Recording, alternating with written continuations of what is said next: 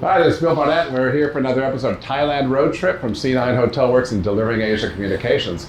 I'm talking to Bjorn Courage, who's the general manager of the InterContinental Camelot. Bjorn, welcome. Hi, Bill. Thank you, Bill. Now, Thanks for November having 1st, Thailand Pass Test and Go. What has changed for a hotel in Phuket after these initiatives? Yeah, I think things keep changing. I mean, I suppose it all started with the sandbox July 1st, right? I mean, from July till October, we saw 930,000 room nights booked. Sure. We had about 57,000 arrivals, just about 360 negative, positive tested arrivals, just 0.006 infection rate. So I think to date already has been very, very successful, but it's exciting. Test and go November 1st. We're moving forward. We can You're really seeing, how has the pace changed for bookings, really, for the hotel? You know, we can really see it. I think in the beginning was obviously people just who had to come back to Thailand, but we can see the tourism finally picking up the numbers now. We see it's increasing. We see the arrival numbers picking up, but definitely towards that second half of December, we can still tourism picking up almost to a pace which we saw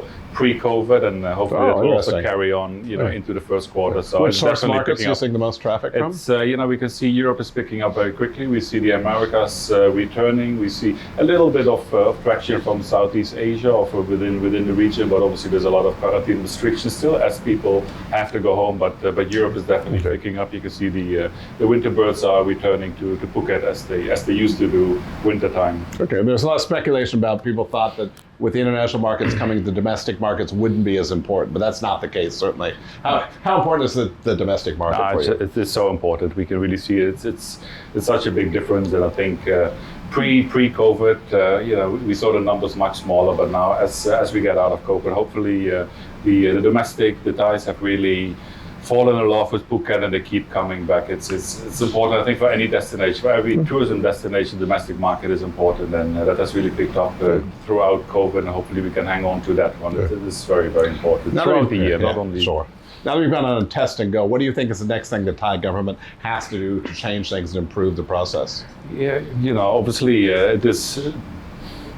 it's a good question, but I think a lot of good things have happened already. I think there's talks about the PCR test upon arrival. I think that might be made a little bit more flexible going forward, but I think the process is easy. It still has to go through the system. Obviously, it's not free travel yet, but with just the being vaccinated and getting that COVID test 3 days before people leave and just come upon arrival. But it's just, people say it's 1 day quarantine now, but a 1 day quarantine is really not much more than 4, 5, 6 hours. It is still arrive at the airport, get your PCR test, get the Sharp Plus hotel booking, get the Sharp Plus transportation, go to the hotel. And most guests who arrive here within 4 or 5 hours, they get their result that everything is okay and for them to enjoy the island. So people who arrive at 12 o'clock normally can have dinner at the hotel. So it is already getting much smoother, but obviously there's still a lot of paperwork involved, and as that gets less and less, obviously it gets easier for people to come here. Maybe one final question before we go.